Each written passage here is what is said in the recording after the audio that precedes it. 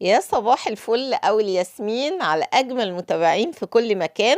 طبعا حسب التوقيت اللي بتشوفوا فيه الفيديو. يا رب تكونوا كلكم بخير وكويسين. أسفة جدا على تأخيري لعدم نزول الفيديوهات، والله غصب عني، لكن وحشتوني جدا من آخر فيديو. النهاردة جايلكم بفيديو جميل جدا أو جولة رائعة عن جامع الحاكم بأمر الله وأسرار وتفاصيل بجد واثقة إنها تعجبكم جدا. الحاكم بأمر الله اللي هو أبو علي في التاريخ حاكم محير جدا. أولا حكم مصر 25 سنة. الجامع ده اتجدد كتير قوي، هو مش بتاعه، بتاع أبوه، بس هو خده. والمآذن اللي انتوا شايفينها دي هي الحاجة الوحيدة اللي باقية من أيام الحاكم بأمر الله، اللي هو كان بيحكم من سنة 386 لحد 411 هجريا. والحكايات كتير قوي، مش بس منع أكل الملوخية اللي هي كان اسمها الملوكية، لا ده كمان منع أكل العنب والعسل والسمك اللي من غير قشر. تصدقوا إن عمل حاجة غريبة قوي في بعض الكتب والروايات، إن حب يعني ينبش مرتين قبر الرسول صلى الله عليه وسلم عشان يجيبوا هنا القاهرة، ولكنه منجحش. يلا ندخل الجامع ونحكي باقي التفاصيل. الجامع ده بناه العزيز أبوه، لكن هو توفى سنة 386، فما كملش البنى، فكمل البنى ابنه الحاكم بأمر الله وسماه باسمه. لكن حصل ان البهرة اللي انتوا شايفينهم دول الطائفة المشهورة اللي موجود منها عناصر كتير خاصة في الهند، اسمهم البهرة او البهرة، تبع الحاكم بأمر الله. جم يجددوا هنا في عهد الرئيس السادات. طبعا انتوا عارفين ان الرئيس السادات كان محب جدا لأهل البيت، فقال لهم يلا، فإنهم جددوا بطريقة مش علمية، فغيروا يعني غيروا شوية حاجات كده مهمة في المسجد في التجديد بتاعهم. ضيعوا بعض الآثار، لكن فضلوا المأذنتين دول زي ما هم، ما عملوش فيهم أي حاجة.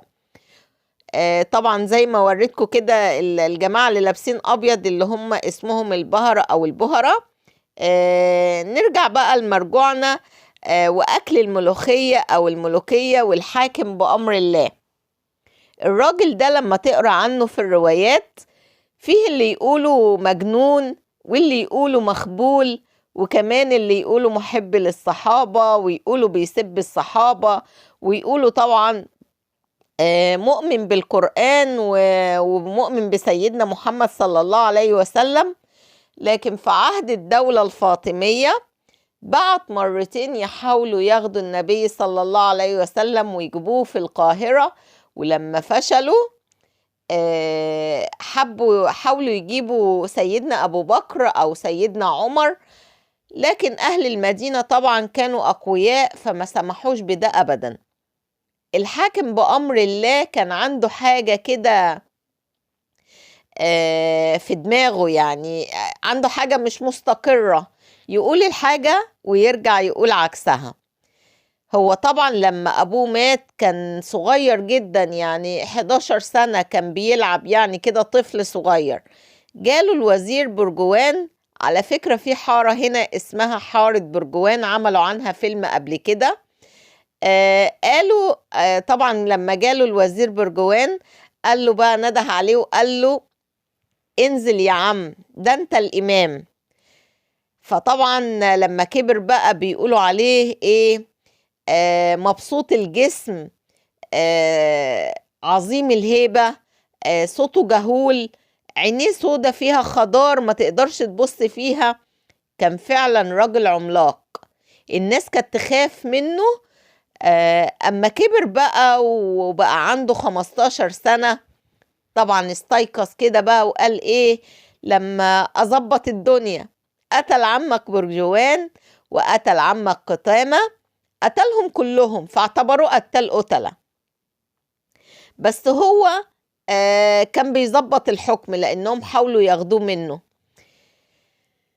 المهم الحاكم بأمر الله طير ده كله وهو عنده 15 سنة، وسيطر بقى سيطرة كاملة لمدة 25 سنة وشهر كده. نرجع بقى ومرجعنا لحكاية أكل الملوخية وعمك أبو علي الحاكم بأمر الله. فيها أقوال كتير. في الأصل اسمها الملوكية لأنها كانت أكلة ملوكي بتتاكل في القصور وكده يعني، إنما الشعب ياكلها لا لا، مفيش الكلام ده. ده قول. في قول تاني يقول لا، الحكاية مش كده، إن الملوخية كانت الأكلة المفضلة لمعاوية ابن أبي سفيان. طبعا انتوا عارفين الخلاف العميقة إلى آخر عمق ما بين الدولة الأموية وما بين الدولة الفاطمية. فقالوا الملوخية ياكلها معاوية، احنا ما ناكلهاش، مع ان معاوية كان مات اكتر من 200 سنة، لكن ما ناكلهاش. في ناس تانية تقول لا، اصل كان في الملوخية دودة بتسبب البلهارسيا. هم ظنوا كده، عشان كده في نفس الوقت اتمنعت الملوخية والجرجير، لكن في نفس الوقت منع حاجات كتير يبدو فيها وجهة نظر. قال ما فيش عنب، ومش هنجيب زبيب من الشام أبدا. ليه يا عم الحاج؟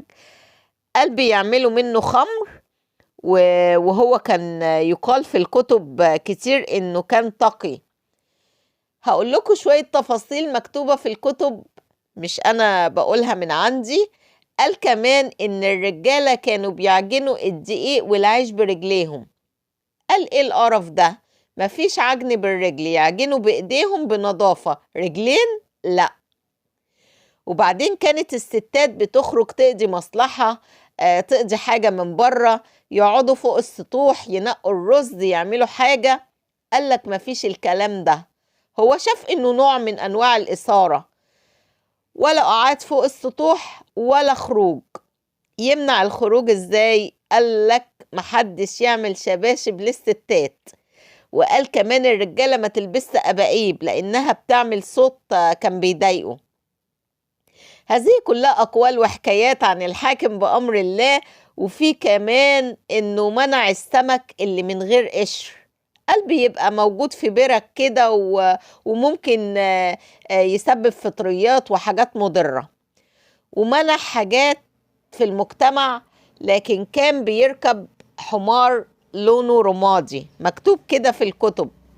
الحمار الرمادي ده كان بيركبه وبيتجول فيه في القاهرة كلها، ويروح الفسطاط ويشوف أحوال الناس ويحل مشاكلهم، وممكن كمان كان بيسافر بالحمار.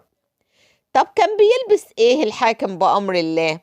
أياميها كانوا بيلبسوا الحرير والحاجات المرصعة بالذهب والفصوص والحاجات دي، لكن هو كان بيلبس الخيش والحاجات الخشنة والصوف والحاجات اللي زي كده. كان المعز وهو داخل عملوا له حاجة كده زي تحية تقريبا، حاجة فيها شمعة، ودي اللي اتحولت بعد كده لفانوس رمضان. وبعد كده بقى عرفنا ناكل ايه في المولد وناكل ايه في عاشورا. خدنا منهم الحاجات الحلوة دي، لكن ما خدناش الطقس الديني اللي يأثر في معتقداتنا. التاريخ بيقول كده، حكايات وروايات وأقاويل مختلفة كتير، وانتهت قصة الحاكم بأمر الله عند جبل المقطم.